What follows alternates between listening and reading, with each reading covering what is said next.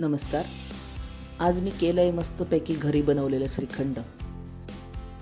श्रीखंडपुरीचा बेत म्हणजे काय, आ हा हा, मस्तच. पण आपल्याला ते थोडंसं आधी 10 ते 12 तास आधी आपल्याला दही बांधून ठेवायला लागतं फडक्यामध्ये. त्याकरता मी परात घेतली आहे. त्याच्यावर हे पांढरं स्वच्छ असं फडकं कॉटनचं घेतलं आहे. त्यात मी दही घेते. 4 किलो हे दही, मस्ती दही मी घेतलं आहे. ते छान फडक्यात बांधून ठेवायचं. तुम्ही घरचं बनवलेलं दही किंवा साईचं दही ते सुद्धा घेऊ शकता. हे 10 ते 12 तास आधी आपल्याला बांधून ठेवायला लागेल, म्हणजे आपल्याला दुसऱ्या दिवशी हे श्रीखंड छान तयार करता येईल. मी हे आता आदल्या दिवशी रात्री बांधून ठेवलं आहे आणि मग दुसऱ्या दिवशी सकाळी मी श्रीखंड तयार केलं. हे अशा प्रकारे बांधलं आणि टांगून ठेवायचे ते असं एखाद्या बाकाला किंवा एखाद्या कपाटाच्या हँडलला वगैरे असं कुठेतरी बांधून त्याचं पाणी निथळलं पाहिजे म्हणून. मग दुसऱ्या दिवशी सकाळी वाटीत मी दुधामध्ये केशर घातलं आहे. ते भिजू दिलं आहे केशर तासभर. त्याच्यानंतर आपला बघा चक्का छान तयार झाला आहे. दुसऱ्या दिवशी मी हे काढलं आहे चक्का.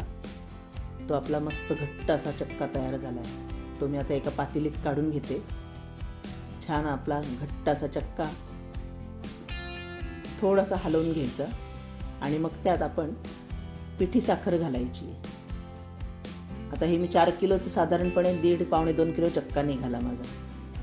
त्याला मी 1.5 किलो साखर घातली आहे. जास्त लागत पण नाही साखर. घरी आपण बनवतो ना श्रीखंड, गोड मिठ्ठ होत नाही, छान होतो. आणि जरा मिठाची कणी घातली की खूप छान चव येते, म्हणून मी मीठही घातलं आहे जरासं.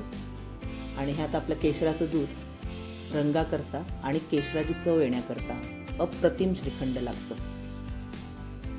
आणि हे आपल्याला काही चाळणीतनं वगैरे कशात नाही काढायचं नाही. फक्त व्यवस्थित असं छान पटापट घट्ट असं डावानीच आपल्याला ते घोटायचं आहे. असं बऱ्याच याच्यात चाळणीनी वगैरे असं चाळून घेतात श्रीखंड, पण ते मेंचट होतं. हे अशा प्रकारचं श्रीखंड खूपच चविष्ट आणि छान लागतं. एकदा तरी करून बघाच, तुम्हाला नक्की हे घरचं श्रीखंड आवडणारच. आणि बरोबर पुरी असेल तर आ हा हा, क्या बात है, मस्तच. तुम्हाला माझा व्हिडिओ आवडला असेल तर लाईक, कमेंट आणि सबस्क्राईब करा आणि शेअर करायला विसरू नका. माझ्या इतर रेसिपी पाहण्यासाठी स्क्रीनवर दिलेल्या व्हिडिओवर क्लिक करा.